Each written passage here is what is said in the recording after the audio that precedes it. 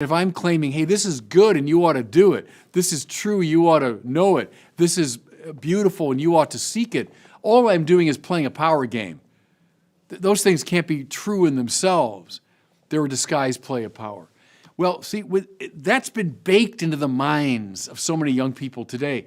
And when that happens, the realm of value evanesces, or it's occluded. The result? A loss of meaning.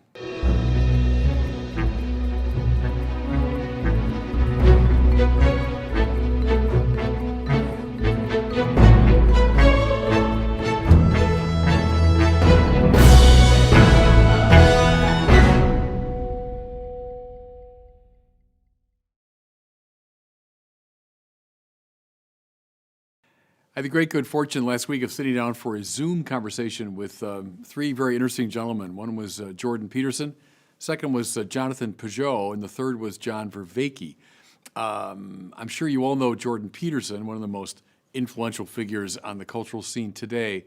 Jonathan Pageau is a very interesting man. He's an artist in the Christian Orthodox tradition. And then John Vervaeke is a professor of cognitive psychology at the University of Toronto. And all three have a very strong social media presence. And all four of us are very interested in this question of meaning and the crisis of meaning, especially among young people. So we had a good 2-hour conversation about it. But Peterson began by asking each of us just to give our understanding or our definition of meaning, and then more specifically of religious meaning. So when my turn came, I said, well, I think to have a meaningful life is to be in some kind of purposive relationship to values. And to have a religiously meaningful life is to be in a purposive relationship to the highest value or the supreme good.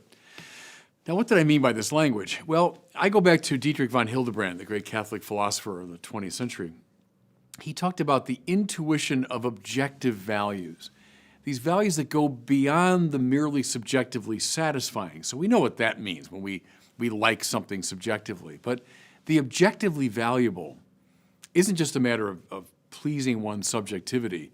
The objectively valuable seizes us. It invades us. It rearranges our subjectivity. It demands attention. So there are values, Hildebrand would say, in the epistemic order, that is to say, truths. There are values in the moral order, so we see the great goods on display in the lives of the saints. There are values in the aesthetic order, so we notice the beautiful. A meaningful life is one that is awakened to these values and ordered to them, that we seek them, we seek to integrate them, and in some cases, for example, the artistic case, to create them. In the moral case, to imitate the great saints and become ourselves subjects of moral goodness. Okay, by the summum bonum, or the supreme value, I mean that unconditioned form of the good, the true, and the beautiful that stands behind and shines through all the more limited forms of objective value. I made reference in the conversation to Plato. Plato knew all about these values, but he also said there's the form of the good. He compared it to the sun by whose light we see all things. So the form of the good, the unconditioned good, the good in itself, that's the goal of the highest striving of the mind and the heart. For Aristotle, it would be a contemplation of the unmoved mover. So this supremely actual reality that stands behind all of the potentialities and actualities of the world. For Thomas Aquinas, and here's very interesting, Jordan Peterson was very much echoing Aquinas. The will seeks goods. I'm seeking a good right now, making this video. But that particular act of the will nests in a still higher value or set of values. I'm doing this video because I want to evangelize, etc. And then that desire nests in a still higher good or purpose. I want to evangelize because that's the command of the Lord. With any act of the will, I can do this kind of nesting analysis and see that finally, every particular act of the will is grounded in a desire for something perceived to be the summum bonum, the highest good. It's why Teilhard de Chardin said we wouldn't get out of bed in the morning unless implicitly we believed in God. He's making the same point. I get out of bed in the morning seeking some particular good, but that nests in ever higher goods till I come finally to the supreme good. To be in purposive relationship to that value is to have a religiously meaningful life. Okay, so we all knock this idea around from our different perspectives. But then we came to the question of, okay, what's prompted the crisis of meaning, especially among a lot of young people today? And I think we focus on a couple of things especially. The first one is scientism. And I've talked about this before.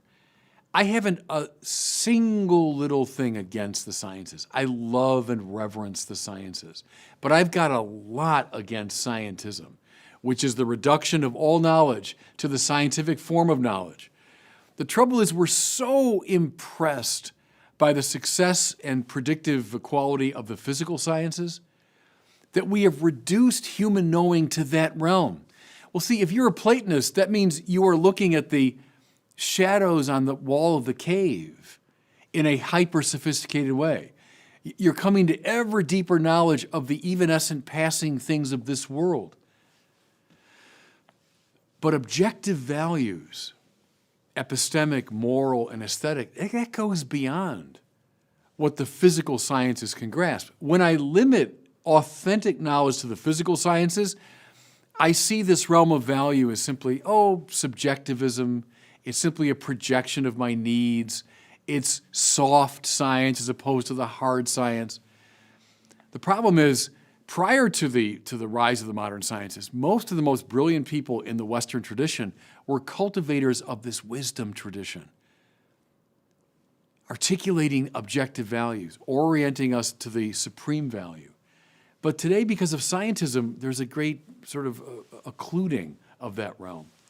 And then the second thing we put our fingers on was what I've called the culture of self-invention, which carries with it the concomitant conviction that claims to objective value, whether that's truth or goodness or aesthetic value, those aren't real. Those are disguised plays of power, right? This is Michel Foucault and so many others in the postmodern framework. That if I'm claiming, hey, this is good and you ought to do it, this is true, you ought to know it, this is beautiful and you ought to seek it, all I'm doing is playing a power game. Those things can't be true in themselves. They're a disguised play of power. Well, see, that's been baked into the minds of so many young people today. And when that happens, the realm of value evanesces, or it's occluded. The result? A loss of meaning. Yeah, knowledge given by the physical sciences, sure, we have a lot of that. Affirmation of our subjectivity, we got tons of that. But we're losing a sense of objective value and a purposive orientation to that value. Okay, what's the solution? I said, look, speaking as a Catholic bishop out of the Catholic tradition, we need great Catholic scholars who reverence this wisdom tradition, that know it, that know these figures going back to Augustine and Thomas Aquinas and Dante and coming up through the great figures today, that know and love that tradition, can teach it effectively. We need to be sure great Catholic artists, and here, Jonathan Pageau was interesting to talk to, a guy who is a carver and a painter in the iconic tradition. We need great Catholic artists who reverence the objective aesthetic values, that know the Catholic aesthetic tradition, stretching up from ancient times through, Michelangelo and everybody else up to the present day. And then finally, I suggested, we need great Catholic saints. We need people who embody these great moral values. They don't just talk about them, they embody them, they live them.